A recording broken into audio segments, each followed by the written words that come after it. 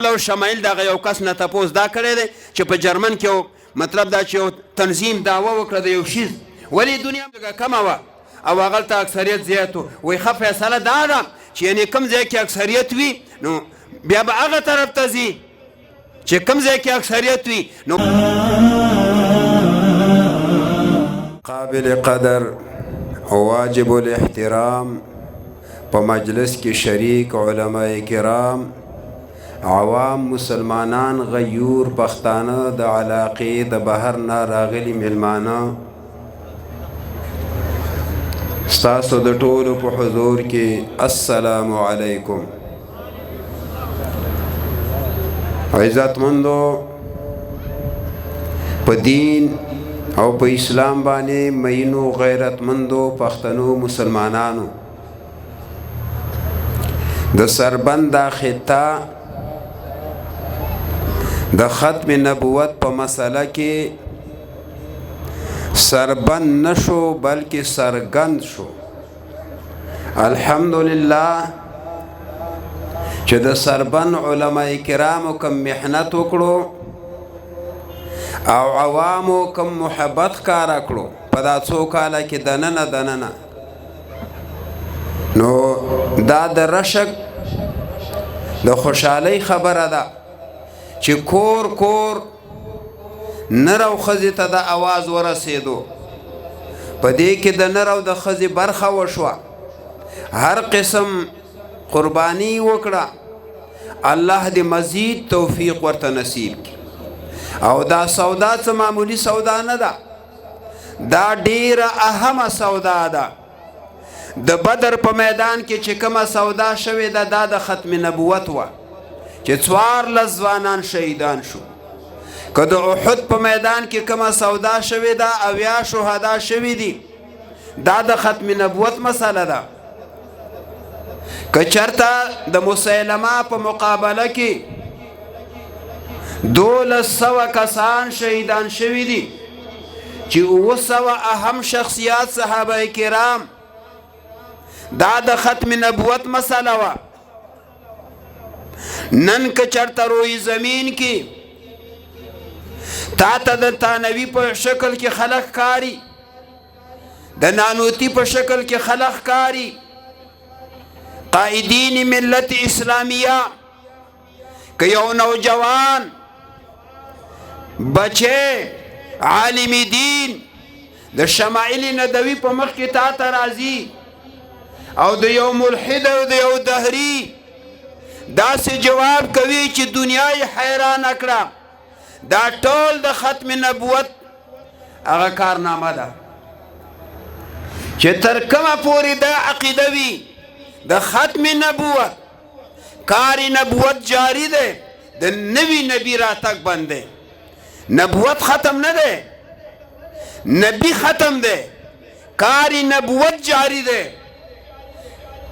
یعنی بل نبی ته ضرورت په معاشره کې چا پرې نه ښودو د نبی راتلل دنیا ته دا د یو لوی خطرې او د فتنې د ختمولو دپاره وي.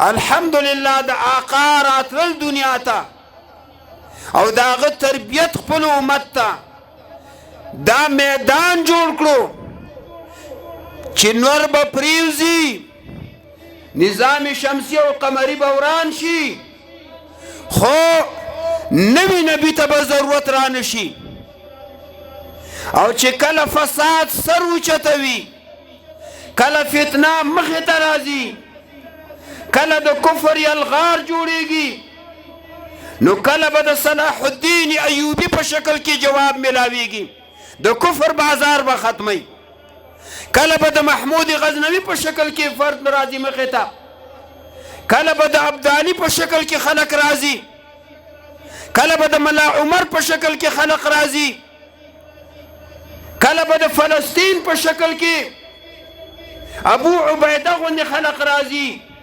نبی ته ضرورت نه دی پاتې کار نبوت بدر کې چې کم شوی هغه کار جاری دی احد کې چې کم شوی هغه محنت جاری دی دنیا کې چې کم فساد یعنی د نبی په وجه باندې الله ختمولو هغه فساد د آقا د محنت اثار دا دي چې هغه فساد نن امت ختموي.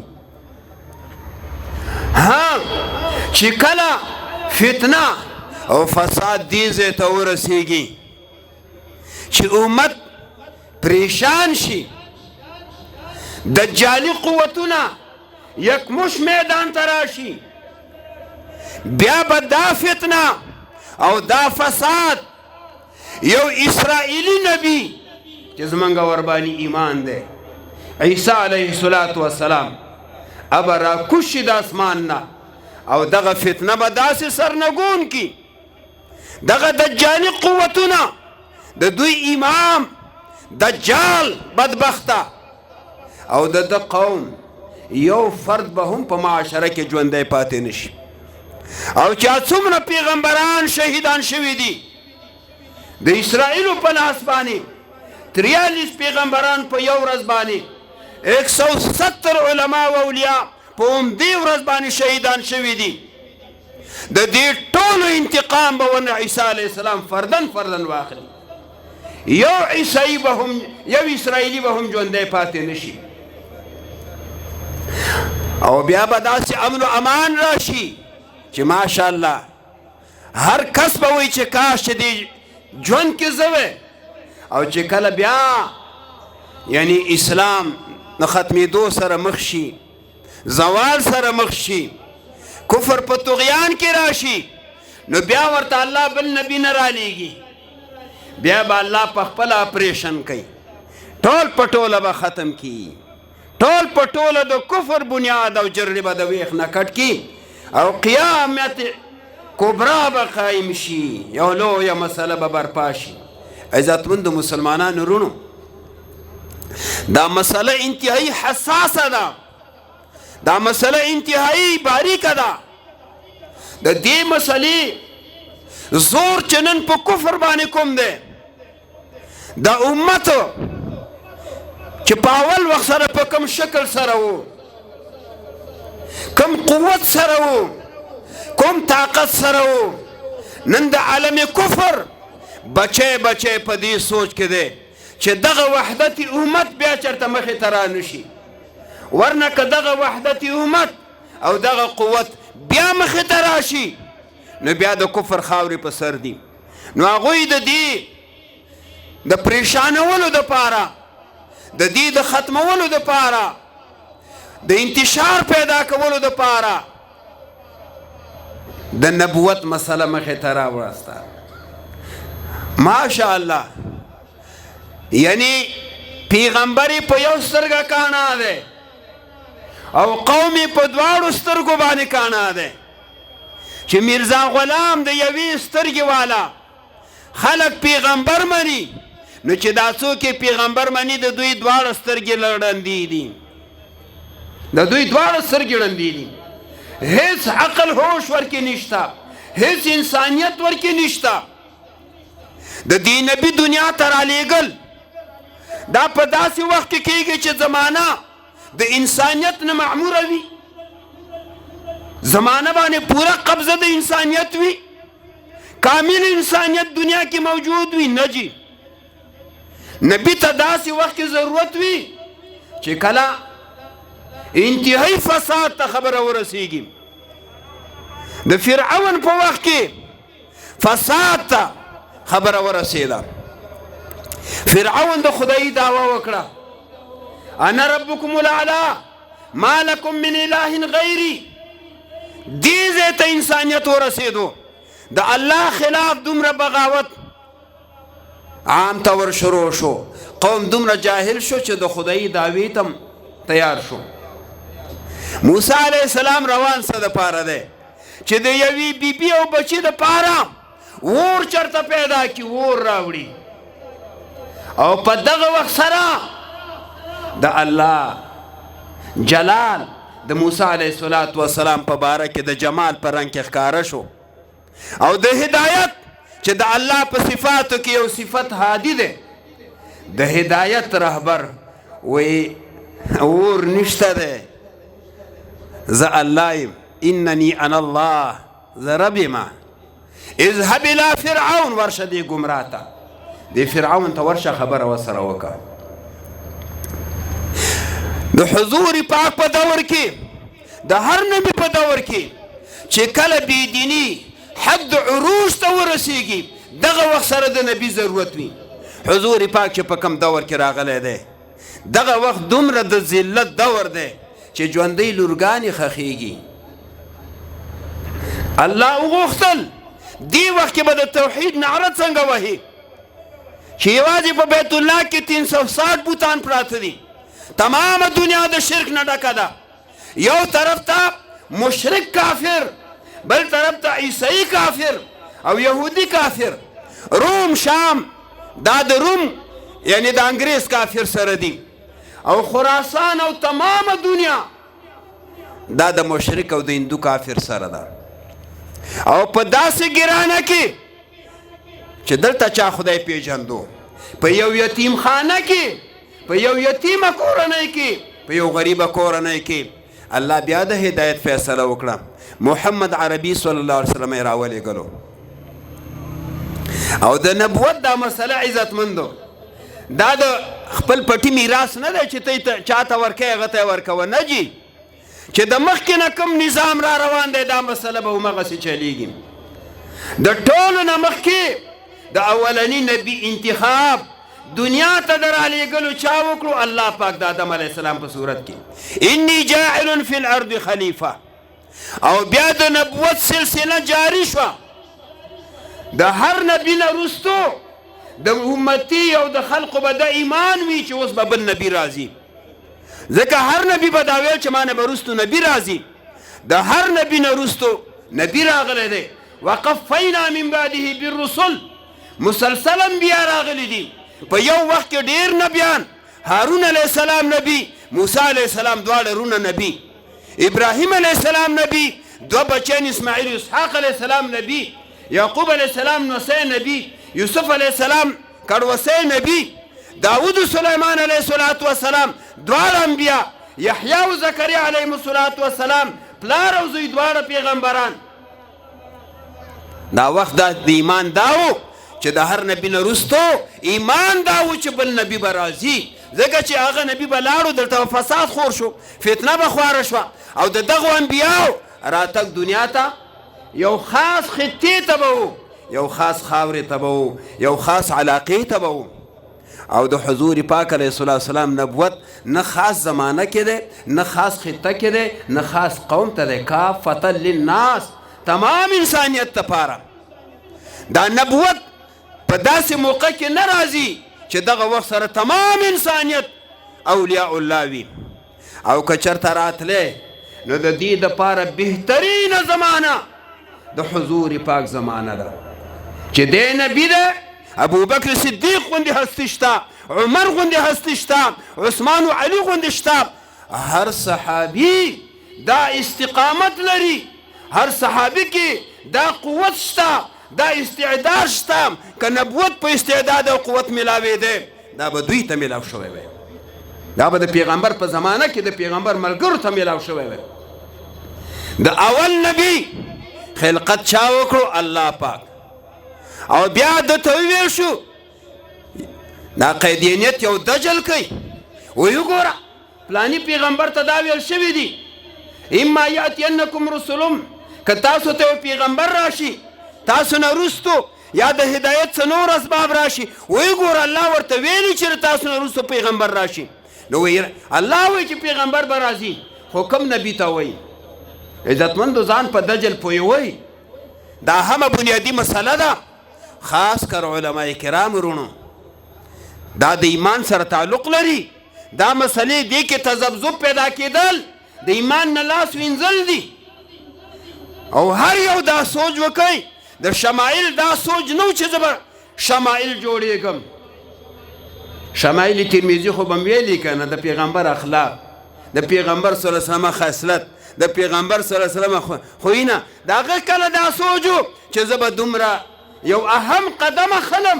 هر یو سوچ وکړي چې د دین خدمت به کوو، الله به په خپله اسباب برابروي، اسباب به برابریږي. چې کوم ذات د آدم علیه السلام د نبوت اعلان کړی دی او بیا یې ورسره دام ویلي دي چې د ده نه به وروستو پیغمبران راځي، بچیانو کې به اولاد کې به پیغمبران او نبیان راځي. دا اعلان هم رب کړی دی. همدغه رب یو اعلان د محمد عربي صلی الله علیه وسلم باره کې هم کړی دی. او څه یې ویلي دي؟ وخاتم النبیین، محمد علیه السلام رسول هم دی. ما كان محمد ابا احد من رجال ولكن رسول الله. محمد علیه السلام د الله رسول دی. که ذهن ته راشي چې د رسول نه وروستو بل رسول راتلی شي، کیدای شي چې د محمد علیه السلام نه وروستو بل رسول راشي، نه جي. وخاتم النبیین، د انبیاو سلسله ورباندې ختمه. بس دا اعلان چې چا وکړو د دې نه بل اعلان ته ضرورت شته. خو ذهن ته به دا راشي چې الله د امت به سنبالیږي څنګه؟ فساد خو به راځي، مشرک خو شته، کافر خو شته. رب بیا اعلان کوي، د حضور پاک امت ته اعلان کوي کنتم خیر امت اخرجت للناس. تاسو بهترین امت یې، بهترین جماعت یې، د خلقو د خیر دپاره لېږلي شوي یې. تأمرون بالمعروف وتنهون عن المنکر، دغه وظیفه به جاري ساتئ. نن په دې میدان کې چې د مولانا الیاس لښکرو کوم کار وکړو، الله دې په قبرونو بې شماره رحمتونه نازل کړي. په دې میدان کې د دنیا یو ګوشه او ځنګل او آباده، د برازیل ځنګل یې وکتي چې په 1400 کیلومیټر کې یو کور د مسلمان ورته مخې ته خالي راغلی دی، یو کور مسلمان.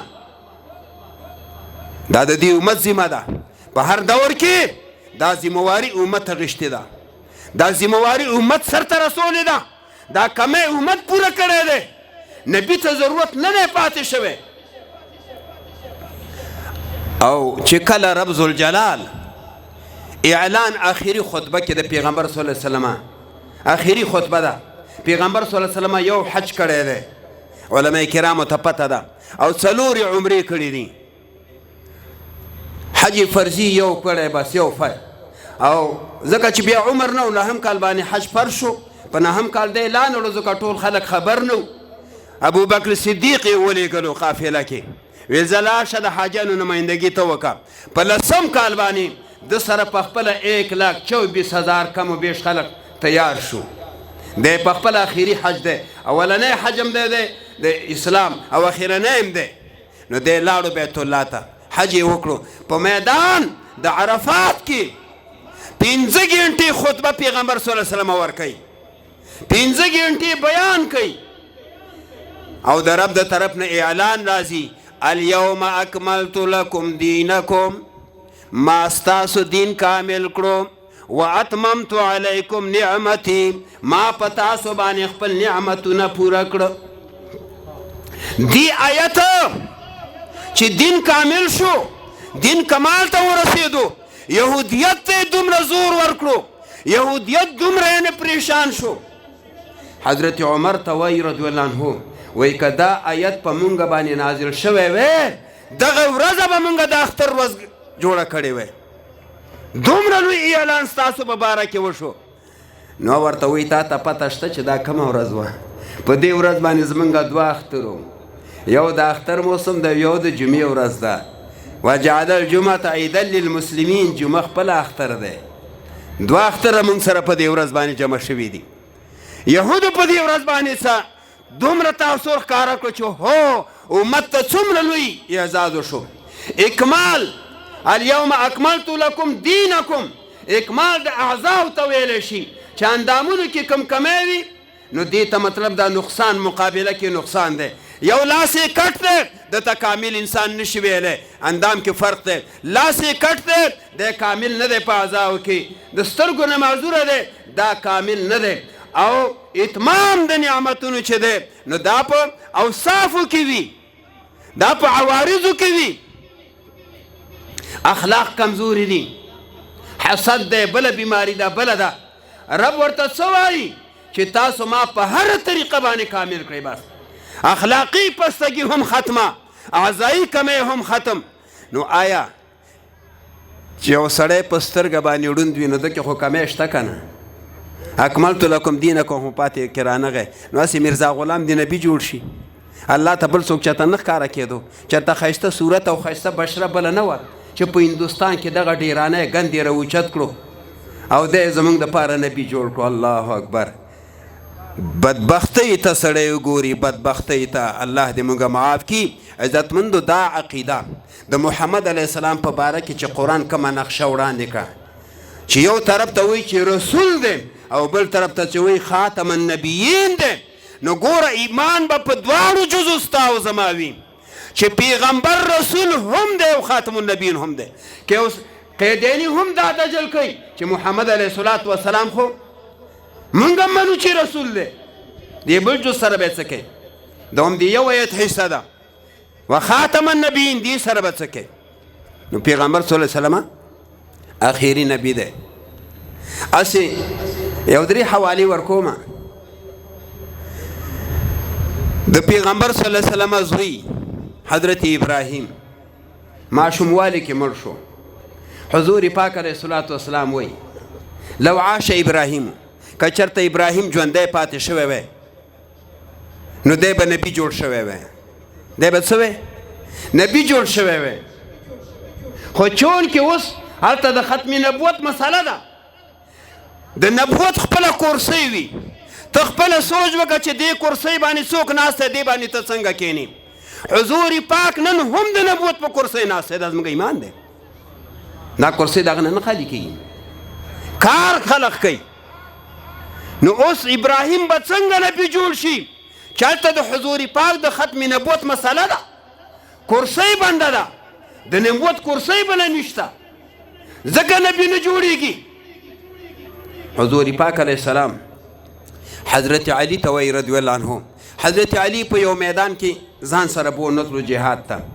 حضرت علی شکایت وړاندې کړی د الله پیغمبره ما ښځو او ماشومانو کې پرېږدې دا خلق به ما پورې خندا کوي چې علي ته پیغمبر ته کمزور ښکاره کېږي ځکه مخکې لا نړي ورنه جهاد ته به یې بوتلی وی نو تا زه یې له زنانه او ماشومانو کې پرېښودم او ورته څه وایي علي ته زما دپاره په منزله د حضرت هارون د موسی علیه السلام دپاره لکه څنګه چې موسی علیه الصلاة والسلام کوه تور ته لاړو او میدان کې څوک پرېښودو هارون علیه الصلاة والسلام یا هارون ما منعک اذ رأیتهم ضلوا الا تتبعن ته ما پرېښی دې دپاره چې قوم ته دعوت وکړه قوم ګمراه شو بیا به ته ما پسې راغلی وی که نه نو ته ما په نیابت کې پرېښی خو ذهن ته خو خبره دا راشي نعوذ بالله چې علي دې څه شي علي دې نبي شي ولې ځکه چې هارون علیه السلام نبي دی د موسی علیه السلام نیابت کوي خو نبي دی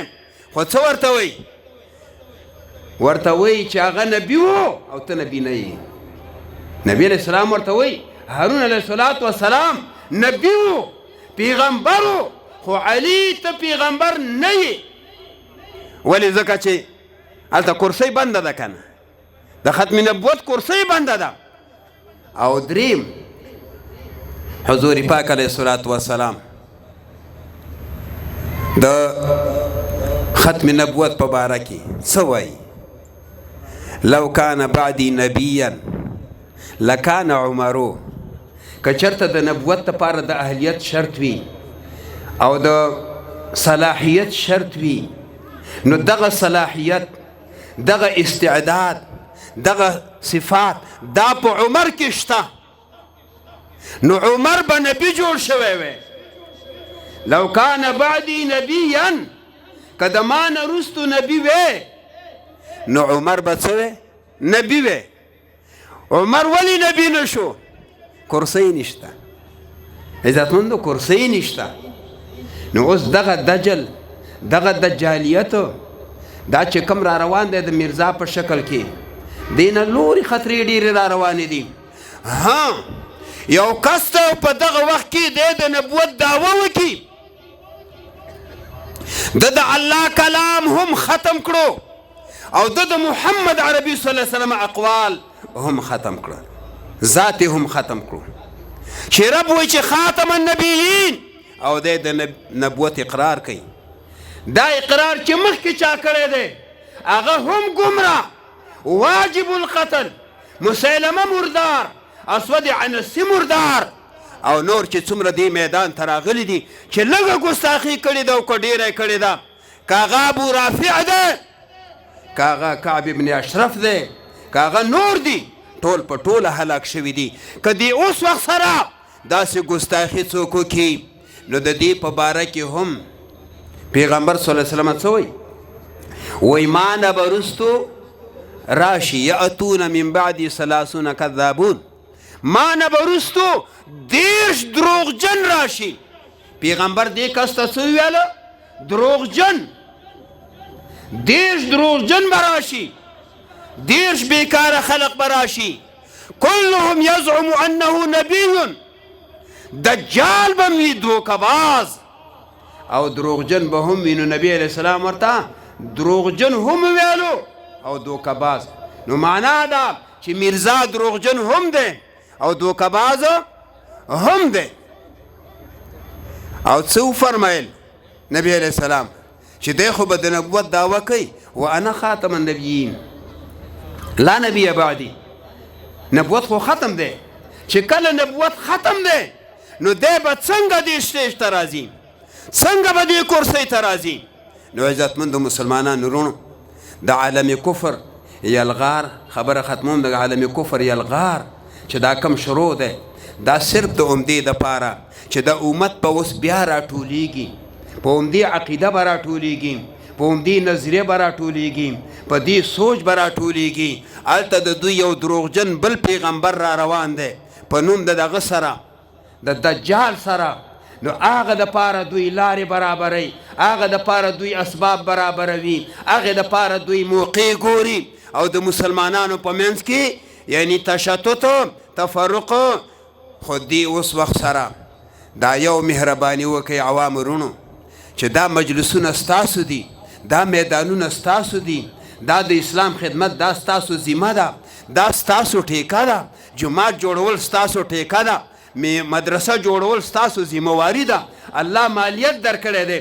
بیګا مې یو پوسټ چا سره کتو نو هغې کې یو نوجوان هلک دی، برابر غوندې برېت هم شته، د سر ویښته هم شته، داسې لنډه غوندې ږیره ده او هغه چې دی د شمایل دپاره د 1 کروڑ روپو د هدیې اعلان ورکړو چې زه په دې مجاهده د شمایل باندې 1 کروڑ روپۍ هدیه درته ورکول غواړم. معنا دا چې دا د عوامو د صف سړی دی، دا د مجاهدي والا دی، دا د قربانۍ والا دی.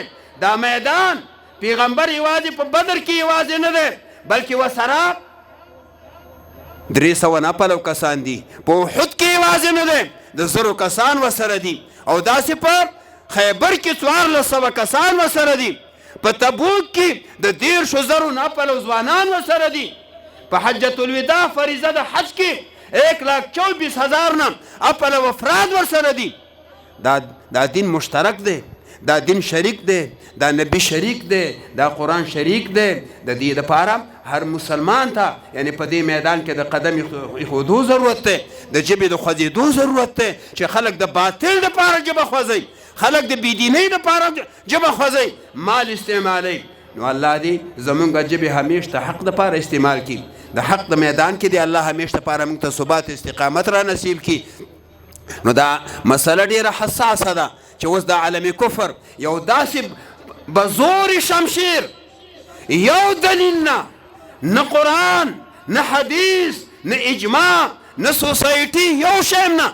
لکه بل او شمایل دغه یو کس نه تپوس دا کړی دی چې په جرمن کې مطلب دا چې یو تنظیم دعوه وکړه د یو شیز، ولې دنیا مخالفه جارټي لږه کمه وه او هغلته اکثریت زیات و. وایي ښه فیصله دا ده چې یعنې کوم ځای کې اکثریت وي نو بیا به هغه طرف ته ځي چې کوم ځای کې اکثریت وي نو ورته وایي چې دا کوم میدان کې ته ولاړې، تا سره څومره کسان دي او چې دا کوم خلق وایي چې د الله ذات شته دا څومره کسان دي، په خپله خبره کې الله ذلیل و خوار کړو. نو هسې نن دغه انجیل والا ته ووایه چې ته ستا خپل رب چې په انجیل کې دا مسله نشته دی چې محمد علیه السلام آخري پیغمبر دی، ولې سترګې پټی؟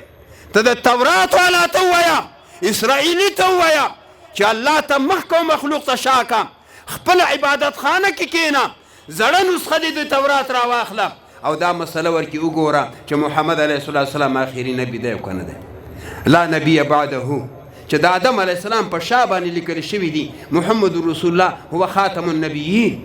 نو بیا چې په عرش باندې دا لیکل شوي دي چې محمد علیه السلام خاتم النبیین دی د جن و انس د شجر و حجر اعلان دا دی چې محمد علیه السلام خاتم النبیین دی. نو بیا دا په څومره شوخ چشمۍ سره په څومره دلیرۍ سره په څومره بې حیایۍ سره په څومره بدماشۍ سره. دا غالبا ما یو ځل مخکې ویلي وم دې ځای کې زه ویم چې دا محبوبه ستاسو ډېره اهمه محبوبه ده دا معشوقه ستاسو ډېره اهمه معشوقه ده. موږ به شکریه ادا کړو چې دا معشوقه د موږ د اوچته کوي او خپل زویون ته یوسئ بس خپلو عبادت خانو کې کښېنوئ او هلته ورته پوجا پاټ شروع کوئ عبادت ورته شروع کوئ. مسلمانان د تاسو نه په نظام باندې الحمدلله ښه پوهېږي. مسلمانان پیغمبر پیژني عالم پیژني قرآن پیژني الله پیژني ختم نبوت پیژني. مسلمان پوه شه په ته یې ذمهواري نشته او کار یې پوه شه خو دا میشن دی دا نقشه ده. نن تاسو وګورئ چې د مسلمانانو په صفونو کې دومره ملاحده پیدا شو دومره کمینه پیدا شو د الله په ذات باندې چې خبرې کوي دا څه معمولي ګمراه دی. د ختم نبوت په مسله باندې چې د اعتراضونه کوي دا څه معمولي ګمراه دی. نو دا دې دپاره په هوش کې دې دپاره په بیدارۍ کې دې دپاره په ویښه باندې دې دپاره د علماو سره ناسته د دوی کتابونو مطالعه د دوی نه ځان پوهول چې زه اوس څه وکړم عقیده څه پکار ده نظریه څه پکار ده. عقیده مې دا ده چې محمد علیه السلام نه وروسته بل نوی نبي نه راځي. که عیسی علیه السلام راځي دا نوی نبي دی که دا زوړ نبي دی. عیسی علیه السلام خو د نبي علیه السلام نه 571 سال مخکې پیدا شوی دی 571 سال. نو بیا څنګه نوی نبي شو؟ اسمان کې الله د یو لوی قوت لپاره ساتلی دی چې دجال یو لوی قوت دی یو لوی ساحر دی یو لوی جادوګر دی د هغه د میټاوولو دپاره د هغه د ختمولو دپاره چې دا د امت کار نه دی دا کار بل څوک کولی نشي. الله کولی شو چې په دې امت کې ورته یو فرد پیدا کړی وی خو چونکې بیا مسله جوړېده په دې نه چې هلته عیسایي بیا تا سره ملګرتیا نه کوي نو الله د عیسایي نبي انتخاب وکړو د دې دپاره یې وکړو چې زه عیسی علیه السلام په خپله د خپل نبي په انداز منم چې عیسی علیه السلام زموږ پیغمبر دی. نو دواړه قومونه دواړه قوتونه به په دې مسله کې سره یو شي او د دجال مقابله به ښه په نره باندې وکړلی شي. او چې دجال ته خالي دا پته مو لګېده چې عیسی علیه السلام راکوز شو یذوب کما یذوب الملح فی الماء داسې به په کمیدو شي داسې به په ویلي کېدو شي لکه مالګه چې اوبو کې واچوي او یا لکه قلعی چې اور ته واچوي داسې به ویلي کېږي. عیسی علیه السلام به هغه محنت شروع کړي. یو حدیث دا دی چې دی راکوزېږي د سره خپله نیزه ده د سره خپله حربه ده نیزه ورسره ده. د عیسی علیه السلام به هم په حرکت کې راشي د ده خلاف دی به منډې ترړې وهي شام کې باب اللد کې به سره مخامخ شي او په دغه ځای کې به عیسی علیه السلام ورباندې گزار وکړي او ختم به شي. همیشه دپاره به دا فتنه الله دفن کړي او په اسرائیلي باندې به الله دومره بده ورځ راولي چې که ونې سره پټ وي دا ونه به آواز کوي یا مسلم تعال ان وراء یهودیا فاقتلوه راشه ما سره هم یو غل دی قتل یې کا. دیوال به آواز کوي چې ما سره هم یو غل دی قتل یې کا. نو د دې مسلې عزتمندو ضرورت دی. دا مسایل یعنی حقیقت دا دی چې دا د امت د مسلمه د نر او د ښځې د حکومت او د رعیت په دې حکومتونه جنګېدلي دي په دې ملتونه جنګېدلي دي چې څومره د مسلمو او د کفر په منځ کې فسادات یعنی د کافرو طرف نه فتنې برپا شوي دي او مسلمانانو یعنی دلیرانه شکل سره مجاهده او قرباني کړې ده. دا همدغه مسله ده دا تا قیامت نه ختمیږي. دشمن به یعنی شګه غورځوي کاڼی به غورځوي خو زما او ستا عقیده به څه وي چې محمد علیه السلام آخري نبي دی د ده نه وروسته بل نبي راتلو والا نه دی. که څوک وایي چې را به شي د عیسی علیه السلام نه سوا دی کافر که څوک وایي احتمال شته دی کافر که څوک یې مني دی کافر دی په خپله د همغو په سب کې دی دی خو منودی خود نشي چې دی په خپله د همغه کافر په سب کې راغی چې هغه د کوم کفر خلاف محمد علیه السلام علم جهاد اوچت کړی دی. الله دې تا قیامت د مسلمانانو په دې عقیده کې مضبوطوالی نصیب کړي او د هرې فتنې نه دې الله محفوظ وساتي او د دې فتنو د ښکاره کېدو چې کوم لارې خلک کلاوي او دې فتنو ته وسعت ورکوي الله دې دا ټولې لارې مسدودې کړي او د اسلام چې کومې لارې دي د مسلمانانو د ترقۍ د اسلام د سربلندۍ چې څومره اسباب دي الله دې دې ته وسعت ورکړي الله دې دا یعنی مخکې کړي او الله دې دیني مدرسو دعوت مرکزونو جهاد سنګرونو خانقاو د ټولو حفاظت وکړي واخر دعوانا ان الحمد لله